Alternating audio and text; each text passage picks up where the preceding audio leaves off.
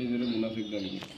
হ্যাঁ, আমার কোনো অন্যায় গেছে না, আল্লাহ কি আমার প্রতি কোনোভাবে অসন্তুষ্ট আসেনি। ইমানদার হওয়ার সত্ত্বেও ওনাদের ভয় ছিল, জানি আল্লাহ তালা আমাকে কোনো শাস্তি ফাটায় কিনা। এই যে মানে মানুষ কিছু আমলের দ্বারা বলতেছে আমরা তো ইমানদার, কিছু আমল করে ইমানদার আছে। ইমানদার এত দামি, সামান্য ইমানদার এত দামি, 10 দুনিয়া যদি এক জায়গায় রাখা হয় যারা পরিমাণ ইমানদারের থেকে দামি। তো আমি এটা কীভাবে বলবো আমি যে ইমানদার? 10 যদি একটা প্রেসিডেন্ট যদি আমার সামনে আসে, সাধারণ আমেরিকার প্রেসিডেন্ট আসলে আমার দিলের কী অবস্থা, যদি এর থেকে বেশি মানে আমলে তাহাজ্জুদ নামাজে আমার থেকে এর থেকে বেশি আল্লাহর ভয় আজমত যদি এর থেকে না বেশি আসে, বুঝতে হবে এখন ইমানদার হই না, কিছু আমলদার হয়েছে। যে আমল আল্লাহর কাছে কবুল হয়েছে কি না এটাও ঠিক নেই। তো হ্যাঁ, আমল করতে থাকা, আমল তো বাদ দেওয়া যাবে না, কিন্তু ইমানদার হওয়া ফরজ প্রত্যেক মুসলমান। আল্লাহ যে পালে এটা সমস্ত জানোয়ারও বুঝে, আল্লাহ যে সুস্থতার মালিক এটা যারা বুঝে, এগো কোনো হসপিটাল নাই, এদের কোনো ক্ষেত নাই, এদের কোনো দোকান নাই, এদেরকে আল্লাহ তালা পালতেছে, এরা বুঝে শুনে পাইতেছে, এদের কোনো আমার শাস্তি নেই। কিন্তু মুসলমান যে ইমানদার বলবে, সে ইহুদির মধ্যেও দোকানে বসে থাকবে না, সেও এবাদত, তার ব্যবসা এবাদত হবে কখন? যখন সে ইহুদিদের নিয়মে দোকানে বসবে না, দোকানদারি করবে, কিন্তু যখন আল্লাহ ডাক দিবে, যে কোনো ডাকে আল্লাহ ডাক দিবে, সারা দিবে, এটা হচ্ছে তার এবাদত। এই দোকান তার জন্য এবাদত হবে। ঠিক ক্ষেত খামারে যা আছে, আল্লাহ ডাক দিলে সে খেতে থাকবে না, এগুলোর থেকে উঠে আসবে। কেন? আল্লাহ তালা এই খেত দিচ্ছেন কে? আল্লাহ। যে আল্লাহ খেত দিচ্ছেন, আল্লাহ তালা খেতে রক্ষাকারী, সব কিছু রক্ষাকারী। যখন সে একই হবে, তো আল্লাহ তালা তার বৃষ্টি খাদের জন্য যে বৃষ্টি দরকার বা যে পানি দরকার, এটা আল্লাহ মিস করতে চাইবে। ওই ইমানদার হয়ে মরতে করছেন আল্লাহ তালা। আল্লাহ ওই ইমানদার হয়ে যে কবরে না যাইব, সে দুনিয়াতে নিজ মতো চলবো, নিজ মতো আমল করবো, নিজ মতো হজ করবো, এ তার মনের সে রব। কিন্তু আল্লাহ তাআলাকে সে রব বানাইল না, তাকে আজ আল্লাহ তাআলা তাকে সাহায্য করে, সে বুঝল না। কোরআন ফাঁকে আছে এটা, আল্লাযীনা আমানু ওয়া লাম ইয়ালবিসু ঈমানাহুম বিযুলমিন উলাইকা লাহুমুল আমনু ওয়া হুম মুহতাদুন। যারা ঈমান আনছে, তারা ঈমান আনতে যায় কী করছে? পাতা খাইতেছে। ঈমান এখন বর্তমানে আমাদের এলাকায় আমেরিকান বেশি, তো চিড়া খাইতেছে, 1-2 লিটার পানি দিতেছে, 30 লাখ 40 লাখ টাকা দিয়ে দিতেছে। তো চিড়া খাইয়ে আমেরিকা দিতেছে, তাও 1-2 না, 2-3 সপ্তাহ 2 বোতল পানি দিয়ে দেয়, এটা লই বনে দিয়ে যাইতে। তো হে আমেরিকা যাইলে কী হবে? প্রতি মাসে 3 লাখ 4 লাখ কামাইতে পারবে। এই নিয়তে তার অন্তরে এরকম হয়েছে, এই নিয়তে সে চিড়া খাইছে। অথচ যে আল্লাহ তাআলা পালে, এটার জন্য এত টাকা খরচ করা লাগে। এই আল্লাহকে পাইতে হইলে ঠিক এরকমই খরচ করতে, এরকম কষ্ট করতে হইব, এর থেকে বেশি কষ্ট করতে হবে। আল্লাহ যদি অন্তরে ঢুকে যায়, তাহলে দুনিয়ার সমস্ত ভয় অন্তর থেকে, অভাবের ভয়, অসুস্থ আইলে তার কাছে ভালো লাগবে। ইমানদার কাছে বিপদ আসলে ভালো লাগে, কারণ সে জানে আল্লাহ তাআলা তাকে এর থেকে উত্তম রাস্তা বাইর করে দিবে। আর মুনাফিক কোনো বিপদ আসলে আসেন, তো এর থেকে বড় বিপদ হচ্ছে আজরাইল আলাইহিস সালাম আসলে তার সমস্ত সবাই আলেম হয়ে যাবে। আজরাইল আলাইহিস সালাম পৃথিবীতে যে জীবনও মাদ্রাসা যায় না, হেও আলেম হয়ে যাবে আজরাইল আলাইহিস সালাম হয়। কেন? তার সমস্ত জ্ঞান আল্লাহ তাআলা দিয়ে দিবে। তো ওই সময় জ্ঞান হইলে হবে, কিন্তু এর আগে জ্ঞান হওয়া তার জন্য ওই জ্ঞান, যে জ্ঞান দ্বারা এলাকার মানুষ, এই যে যারা এখন বেনামাজি আছে, হয়েছে নামাজ কায়েম করছে, আল্লাহ তাআলা যাদেরকে তৌফিক দান করছেন, ওনারা তা আসছেন যারা বেনামাজি তাদেরকে নামাজি বানানো, ওই নামাজিদের কাজ। এখন যারা ঘুমাইতেছে, এদের ব্যাপারে নামাজিরা যদি ফিকির না করে, তো ওই যে বনি ইসরাইলের মতো হবে, যারা নিজেরা আমল করছে, অন্যদেরকে আমলের ব্যাপারে কোনো ফিকির নেই। তো এইটাই হচ্ছে নামাজ কায়েম করতে বলছে।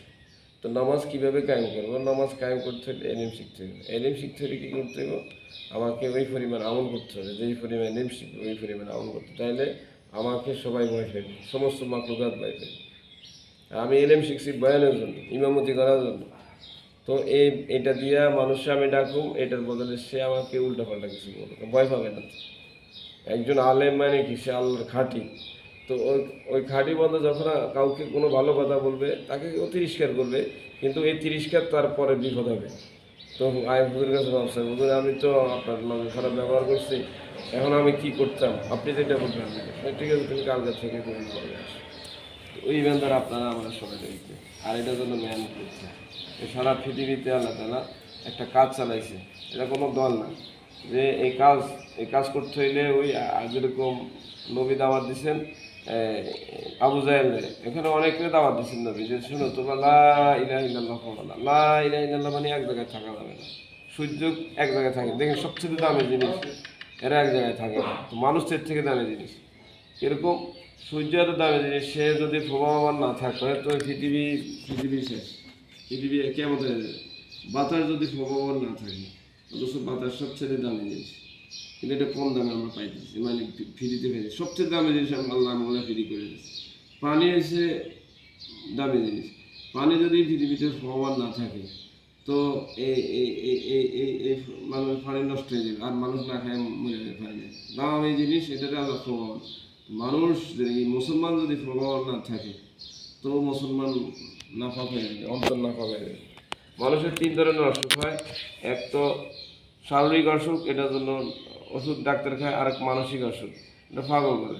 এটার অসুখের চেম্বার বা অসুখের ডাক্তার সব জায়গায় পাওয়া যায় না, পাগলা কারো যেতে কোথায় যেতে সেই পাবনা সবচেয়ে বড়, আর এখন ছোটোখাটো হয়েছে, কিন্তু এটা হচ্ছে মানসিক অসুখ। তো এটা হচ্ছে মারাত্মক মানসিক অসুখ, যার অসুখ হয় সে বুঝে না, সে সবাই মনে করে পাগল যে মানসিক অসুখ। এই এখন বর্তমানে যাদের অন্তরে সামান্যতম নিয়ে আছে এরা সবাই মানসিক অসুখ, আর এই মানসিক অসুখ যে হয়েছে সে জানে না। আরেকটা হয়েছে অন্তর নাফা, অন্তর যার নাফা, অন্তরে অসুখ। এই অন্তরে অসুখের কারণে এটা সেও বুঝবে না, কেউ বুঝবে না তার অন্তর। একজন ইমাম আলেম হেও বুঝবে না তার অন্তরে যে অসুখ। কেন? আল্লাহ যে পালে, ওই যে ওই ঘরের জন্য যদি খানা না আসে তো সে খাইবে কেন? কুকুরের মতো ভরসা করে, কুকুরের থেকে উত্তম ভরসা করে। আল্লাহর যেহেতু পৃথিবীতে পাঠাইছেন, তাইলে আমার খানা খাওয়া বস্তু এগুলো সব আল্লাহ লিখে রেখেছেন। একটা কুকুর বুঝে আমার সুস্থতা অসুস্থতা এগুলো লিখিত, কতদিন সুস্থ থাকবো, কতদিন অসুস্থ থাকবো, কতদিন পৃথিবী থাকবো, এটা লিখিত। তো ইমাম সাহেব হয়েও তার এই বুঝ আসে নাই যে আমার এগুলার মালিক আল্লাহ থাকে, এগুলার মালিক আল্লাহ থাকে। কেন? এটার মেহনত করে না।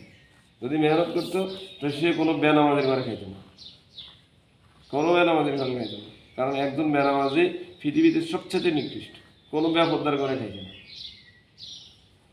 কেন খাইতো না? তার ভিতরে আলো আছে, অন্তর ভালো। এই জন্য বলছে এই 2টা অসুখ হইলে সে জান্নাতে জাহান্নামে যাওয়ার কোনো নিশ্চয়তা নেই। একটা হচ্ছে শারীরিক অসুখ, আর একটা হচ্ছে মানসিক অসুখ। কিন্তু অন্তরের অসুখগুলো যদি মৃত্যুবরণ করে সোজা জাহান্নাম। সেই ইমাম সাহেব একদম বড় বক্তা হইলে বক্তা।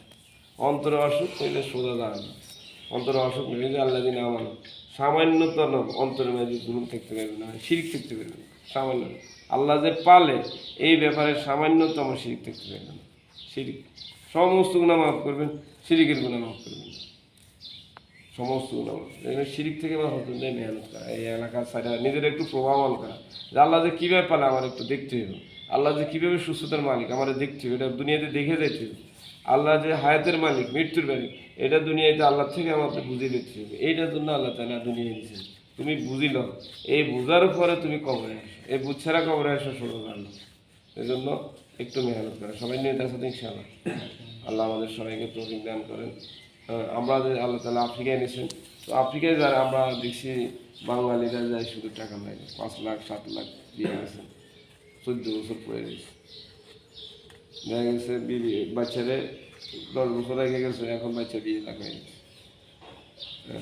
তো এরকম হাজার হাজার বাঙালি আছে যারা 10-15 বছর বিদেশ হয়ে গেছে, শুধু টাকা নেই, শুধু টাকা, আর কিছু না। এখন দিয়ে বিয়ে বেছে টাকা পাঠাচ্ছে, বিয়ে বেছে কী করতেছে খবর নেই। কেন? তো আমরা এগুলো দাওয়াত দিয়ে আনছি, আইনা বুঝাইছে, আমাদের এখনো উপায় নেই, আমরা কোনো কিছু এখন আমাদের উপায় নেই, চাকরিও চাইতে পারি না, মানে জালে আটকে গেছে, মানে ফেতনার জাল অনেকগুলো।